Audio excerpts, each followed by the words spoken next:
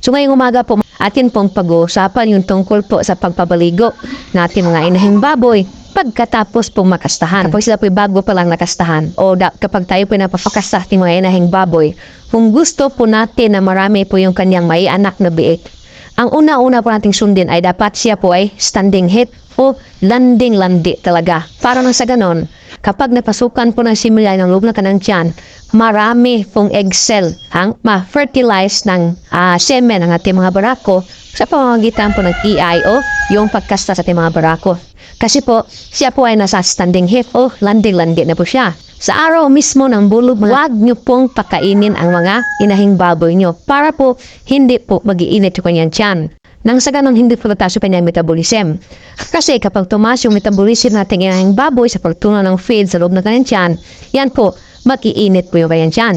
Ang sanhe kasi po na pagkamatay ng similya ng barako o pagkamatay ng mga fertilized na mga ovum ng mga inahing baboy ay ito po dahil sa sobrang init ng katawan natin mga inahing baboy. Kaya, kapag tumaas yung kanyang metabolism sa pagtunaw ng feeds, automatic po iinit po yan tayong katawan. Dito po tayo sa pagpapaligo natin mga inahing baboy kung pwede po sang araw-araw paliguan pagkatapos makastahan.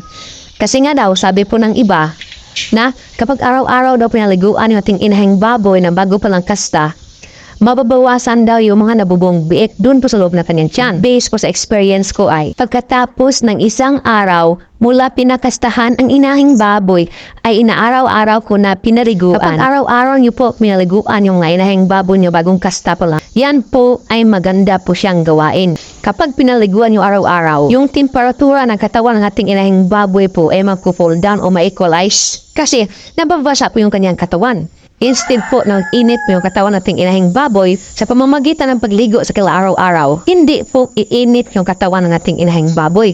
Na sa ganon, hindi rin po maapektuhan yung mga namumuong biik sa loob na kanyang tiyan. Kapag yung ating inahing baboy naman po ay hindi pa natin pinalaguan araw-araw, mas stress yung ating inahing baboy sobrang init. Kapag na-stress yung ating inahing baboy sobrang init, maapektuhan po yung namumuong biik sa loob na kanyang tiyan.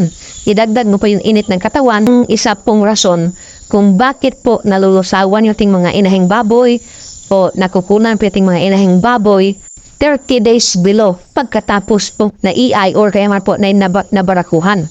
Yan po yung isang sanay. Kasi po, hindi po natin pinaliguan araw-araw. So, ang temperatura po ng katawan ng ating inahing baboy ay tumataas. Lalo na po kayong sobrang init yung panahon. Talaga pong iinit po yung katawan ng ating inahing baboy. Mayroong pinag-epekto doon po sa mga egg cell at sa mga fertilized ovum sa loob ng mattress ng ating inahing baboy, sa loob ng fallopian tube ng ating inahing baboy na magkapos ng pagkalusaw nito. Kaya, nababawasan yung mga biik na nabubuo sa loob na yan dyan. O kaya naman po, ito po ay makukunan lahat. Hindi po magkakabuntis sa ating mga inahing baboy. So, yun pong paraan atin po maparami yung mga nabubuong biik. Nang sa ganon, ating inahing baboy po ay makaanak ng maraming biik. Hanggang dito lang po. Kung may natutunan ka sa video nito, huwag mong kalimutan mag-like and share. Salamat.